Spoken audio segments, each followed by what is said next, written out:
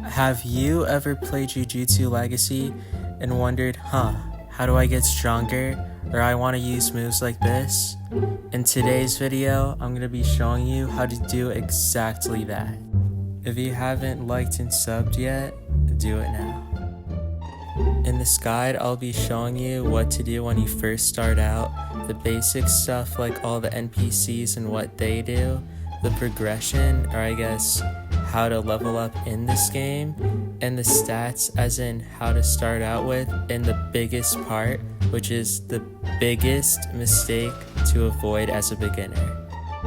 To start off, first I'll tell you the best stuff you could do in the first 10 minutes even when you start out. The first thing I think you should do is use codes because they give you a lot of stuff, and honestly I'm not going to explain this part because every single Roblox game has codes, but you should still use them in this game. For codes, you could get spins, which are going to be pretty great because you could get techniques, clans, and even race spins. You gotta go over here to use it. Inside this place, you could spin your technique, spin your race, and you could spin your clan. When you get here, I recommend for your race, you get Cursed Spirit because it does great for your damage. It's also the second best race for damage in the game, so I really recommend getting it. Then for the clan, I'd also say to get Okotsu because it's also really good for damage. Then for your technique, I'd recommend anything with huge attacks. The best ones would probably be Shrine, Curse Manipulation, and Mythical Beast Amber in my opinion. Then for these NPCs, you don't really have to worry about them that much except one. This is going to be the NPC to set your spawn. This teleports you to the next leveling area. That's for titles, that's for techniques, if you want to pay to win the game. And finally, the most important one here, Yuji Itadori, or the Cursed Energy Teacher.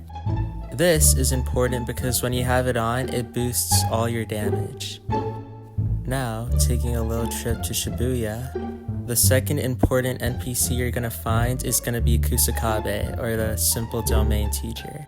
He's important because, for example, if you're fighting a boss with a domain or someone with a domain, like Malevolent Shrine or something, it'll protect you from all its attacks. Another important one you'll find is Yuta because he could teach you Reverse Curse technique, basically healing you. Exactly!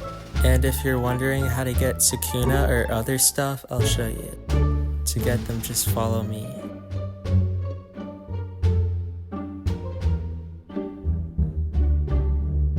This is where you can equip Sukuna if you eat enough fingers, or you could switch between other vessels.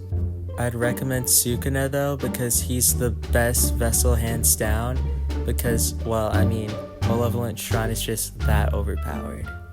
It does insane damage at any level, and it has a huge area of effect, or AoE.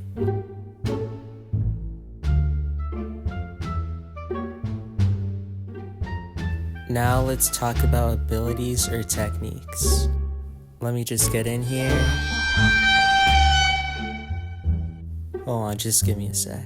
A few moments later. Okay, so turns out that doesn't want to work today, but it's okay. I'll just talk without it, I guess. So in this game, there's 3 types of abilities. The first one being stuff you could spin, for example, Hikari, Gojo, and Sukuna. The second one being vessels, which would be like Sukuna, Ryu, or I think even Kashimo, which you could use their abilities if you're their vessel. And the third one finally being stuff through boss drops. That's stuff like Gojo V2, Sukuna V2, and even 10 Shadows V2. If you ask me, that has a ton of potential. Now anyways, the leveling up in this game is basically like Blox Fruits or King Legacy, I guess. So I'll show you where to go for the first quest. When you get the quest, you're gonna wanna group all the NPCs up so that when you use attacks on them, it hits all of them.